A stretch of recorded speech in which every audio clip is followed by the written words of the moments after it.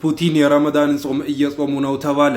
የራሺያው ፕሬዝዳንት የሆኑት ቭላድሚር ፑቲን ለሙስሊሙ ያላቸውን ክብር ለማሳየትም ነው ተብሏል። ሙስሊም ባልሆንም የረመዳንን ጾም ያለው እንዴት ነበር ኤክስፒሪየንሱ? እስቲ ነው ኤክስፒሪየንሱ ደስ የሚል ነበረ። ለሊት 10 ሰዓት ላይ ምግብ በላሁኝ። ከዛ በኋላ ሳልበላ ሳልጠጣ ነው ያልኩት። የሆነ ሰዓት ላይ ፈልጌ ነበር ግን ግዴታ ነው ከብቷቸዋል። የሆነ ነገር ካረከው የምር ማድረግ ነው። ወደ እየጮህ ነበር ወደ 10 ሰዓት ነው አካባቢ ላይ። አሰላሙ አለይኩም ወራህመቱላሂ ወበረካቱ። ውድ ቻናላችን ቤተሰቦች እንዴት ናችሁልን? ዛሬ በአዲስ ቪዲዮ መጥቻለሁ። ለዛሬ ይዤላችሁ የመጣሁት ቪዲዮ እንግዲህ የሩሲያው ፕሬዝዳንት ቭላድሚር ፑቲን የረመዳን ጾምን እየጾሙ ይገኛሉ። ፑቲን ሰለሙ እንደ እየተባለ ይገኛል። በሶሻል ሚዲያ ላይ እንግዲህ እጅግ በጣም መነጋገሪያ ሆኗል። እሱም ቪዲዮ ወደ እናንተ የማጋራችሁ ነው የሚሆነው። እስከ መጨረሻው ድረስ የምትከታተሉ ከሆነ የምታዩ ነው የሚሆኑ። ሌሎችም ምርጥና አስተማሪ ቪዲዮዎች አሉ። ታዲያ ቪዲዮ እንደተለመደ ሁላችሁም ላይክ በማድረግ እንድጀምሩ ጋብዛለሁ። ይህ ቪዲዮ እንዲዳረስ ደግሞ ሼር አድርጉ። ለዚህ ቻናል አዲስ ከሆናችሁ ሰብስክራይብ አድርጉ። የደወል ምልክቷን ይጫኑ። በቀጥታ ወደ ቪዲዮ ልስጣችሁ። እውነቱን እንነጋገር። ያለንበት ሰፈር እኔ የምለው ያለንበት ሰፈር ምንድነው ዩኒክ የሚያደርገው? ይሄን ያህል ቤት መወደድ። የምሬን ነው የምነግራችሁ። ምንድነው ዩኒክ የሚያደርገው? ታውቃላችሁ ምን ዩኒክ እንደሚያደርገው? መስጂድ ስላለ እና መስጂድ ስላለ እኔ ኑሮ ለምን እንደምታጨናንቅብኝ? መስጂድ እኮ ህይወትን የሚረጋጋበት አይደል? መንፈስ የሚታደስበት። ሙስሊሞች በጣም ቤት ያስወድዳሉ፣ ሰፈር ያስወድዳሉ፣ መሬት ያስወድዳሉ። በጣም የሚገርመው ነገር ግን እስላማዊ ገጽታ ፊታቸው ላይ ታነባለ። መሬቱ በስንት ነው የሚቸበቸበው? ከዛ ዙሁር እንዴት ተሯሩጦ ሄደው መስጂድ እንደሚሰግዱ በጣም ዙሁር ተጋፍቶ ህዝቡን እኮ እያስለቀሰ ነው። አንድ አካባቢ ላይ ቤት ስታስወድድ የሚፈጠረውን ነገር በጣም ብዙ ነገሮች ተያይዘው እዛ አካባቢ ያለ ሱቅ ተከራይቶ ኪዮስክ ነው ሱቅ ለሰዎች የሆነ ነገር ምናምን የሚሸጥ ሱቅ ውስጥ ያለ ፔፕሲ ምናምን ሚሪንዳ የሚሸጥ ሁሉ ነገሩ ይጨምራል እዛ ሱቅ። ለምን? ሱቁን የተከራየው እሱ በብድ ነው። አግኝተኛ ሁሉ ነገር ነው የምታስወድደው። ኤቭሪቲንግ አካባቢ የህዝብ ብሶትን የሚናገሩ የቁርአን አያቶች አሉ። ብሶት የወለደው ህዝብ እነዚህን የቁርአን አያቶች ይዞ በመውጣት በጣም ነው የሚገርመው። ውጭ ሀገር ደግሞ ሌሎች ሀገራቶች ላይ ብንሄድ በተለይ አረብ ሀገር እንኳን ብትሄድ በጣም ውድ ነው በጣም የቤት ኪራይ። ግን ያ መሆን የለበትም። አተብኑነ ቢኩሊ ሪዕን አየትን ተዕበሱን ወተተኺዙነ መሳኒዐ ለዐለኩም ተኽሉዱን። ስለዚህ ማህበረሰብ ውስጥ በትክክለኛው ሰዎች የተረጋጋ ህይወት እንዲኖሩ የሚያስችል ህንፃዎችን ተመልከቱ እናንተ። ህንፃ የሚገነባው ዓላማው ምንድን ነው? ጠሞህ አናኒ እኮ ነው። እና ምንም አያፍሩም። ባይዘወይ ቤት ሲያከራዮች ምንም አያፍሩም ብሩ ሲናገሩ። ኢትስ ናት ራይት። እና ዩ ሴንስ ኢት። በነገራችን ላይ ይህ ነገር ራይት አይደለም፣ ልክ አይደለም፣ ትክክል አይደለም። በትክክል ኡስታዝና በተለይ ቤተል አካባቢ በጣም ሙስሊም የሚበዛበት ኤሪያ ነው። ቤተል በጣም ደመቅ ያለ ደስ የሚል ሰፈር ነው።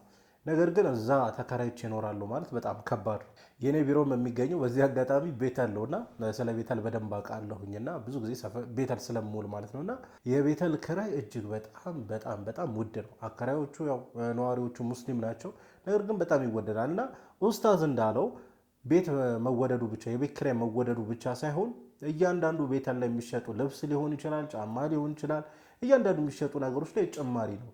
ምክንያቱም እነሱም የሚከራዩ ነጋዴዎቹ የሚከራዩት ጨምረው ስለሚከራዩ ማለት ነውና ስለዚህ ባካችሁ ቤት አከራዮች አላህን ፍሩ። ከመጠን በላይ መስገብገብ ጥሩ አይደለም። የእናንተ አንድ ሰው ላይ መጨመር ብቻ አትመልከቱ። ያ ሰውዬ ደግሞ ሙሉ ኢኮኖሚውን ነው የሚያዛባውና ስለዚህ ባካችሁ ቤት አከራዮች እንተዛዘን። አላቅም የቀብር ሰዎች እርስ በርስ የሚገናኙበት ሁኔታ እንዳለ እንደዚህ አይነት ነገር የሰማው ይመስለኛል።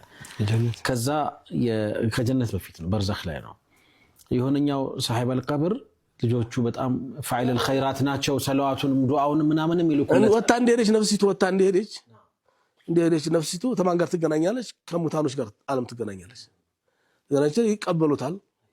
ገና እኮ ሞታ ላይ ወሩ ወሬው አማት ጋር የሆነ ሰው እኮ አላስማም ሲሞታ ላይም አንተ አማት ላይ ቀበርከው እንጂ ሲሞታ ላይም ሞት ላይ እኮ አማት አፋ ላይ ሙታኖች ጋር አያቱ ዛሬ 40 ዓመት ዛሬ 60 ዓመት ሞተው ሩሃችሁ ትመጣለች። እና ሄዶ ይገናኛል። ሲገናኝ መርዶ አለ እዛ።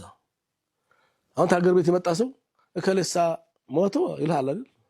እከለሳ ሞቶ እንደሚልህ መርዶ ያረዳሉ። ተዚህ የሄዱ ሰዎች ልጅ ደህና ነው የኔ ልጅ ደህና ናት ተድራለች ወይኔ ያህል ወልዳለች የኔ ልጅ ደህና ነው አለ ደህና ነው ያዝናል። እንደረሳው ያዝናል። ረስቶታላ በዱዓ በሰደቃ በዑምራ ያ አማቶች መካከል የዲሃ እሱ ነው። ሌላው ደግሞ የኔ ልጅ ደህና ነው ሲለው ይደናገራል። ይኸኛው እንዴት ከኔ በፊት እኮ 6 ዓመት ተሞተ፣ 3 ወር እኮ ተሞተ አልመጣም እንዴ? እና ሊላሂ ወኢና ኢለይሂ ራጂዑን አልመጣም።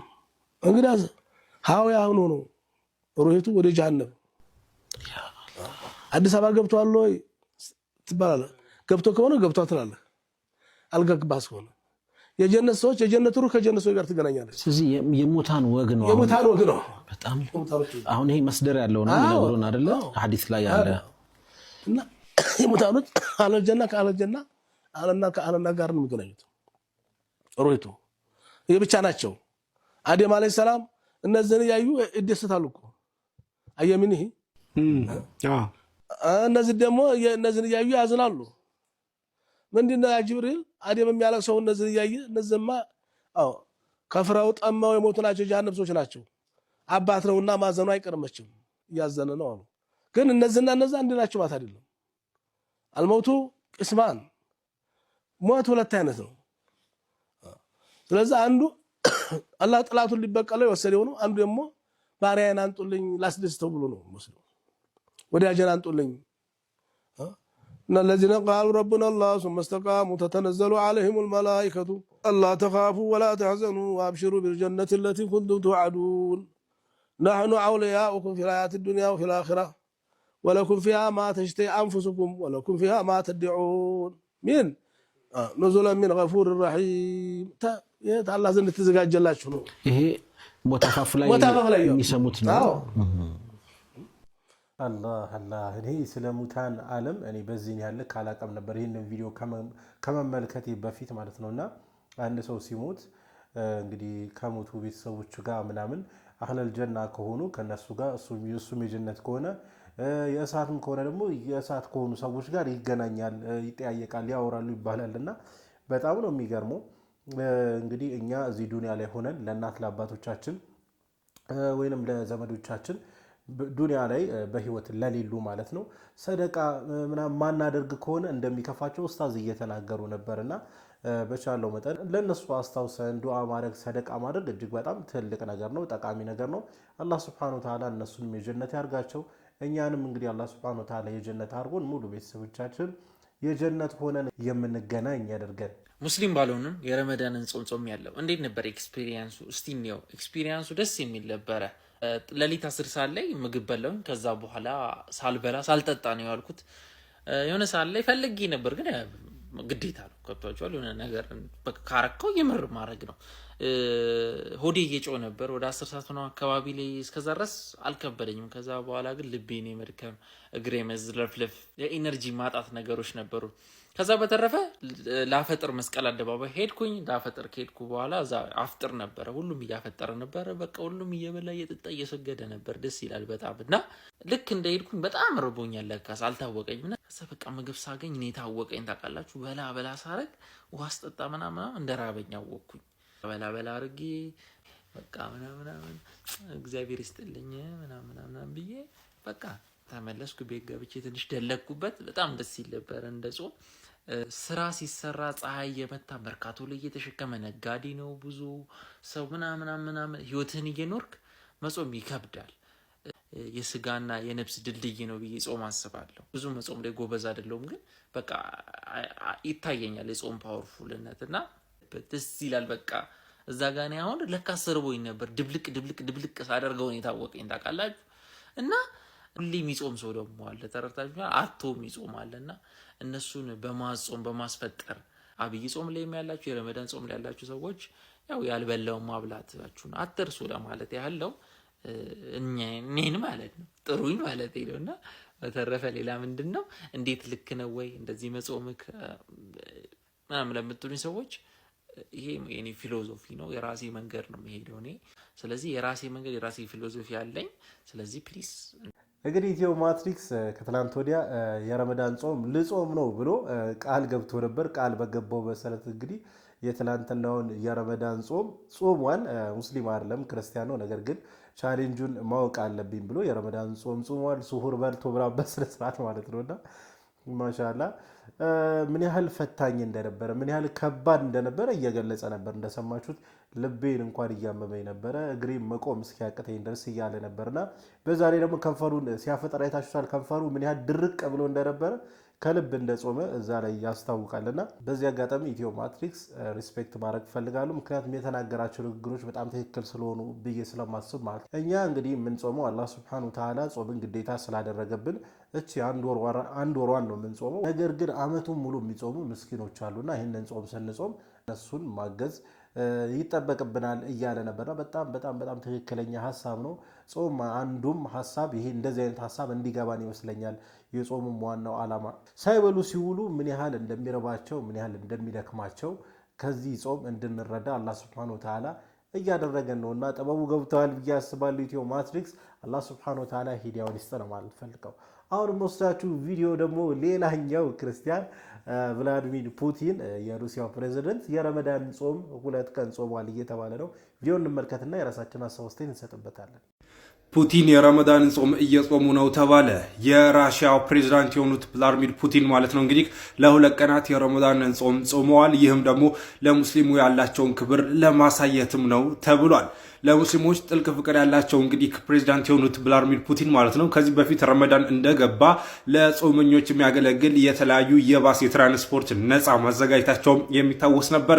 በሀገራቸው ነብዩ መሐመድን መሳደብ እንደማይቻልና በሃይማኖት ነፃነት ስም እስልምና ማንቋሸሽ እንደማይቻል ከዚህ ቀደም በተግባር ያሳዩና ሰውም ያሰሩ ሰው ናቸው። እናም አሁን ላይ ደግሞ ለሙስሊሞች ያላቸውን ክብር ለማሳየት የ2 ቀን የረመዳን ጾም መጾማቸው እንግዲህ አሁን ላይ ታውቃል። ብዙዎችም ያነጋገር ይገኛል። በሰሜናዊ ራሽያ ማለት ነው እንግዲህ 100% ሙስሊም የሆኑ ማህበረሰብም እንዳሉ ይታወቃል። እነርሱ ስልጣን ከያዙ በኋላ እነዛ ሰዎች ወደ ሩሲያ በሰላም መቀላቀላቸውም የሚታወስ ነው።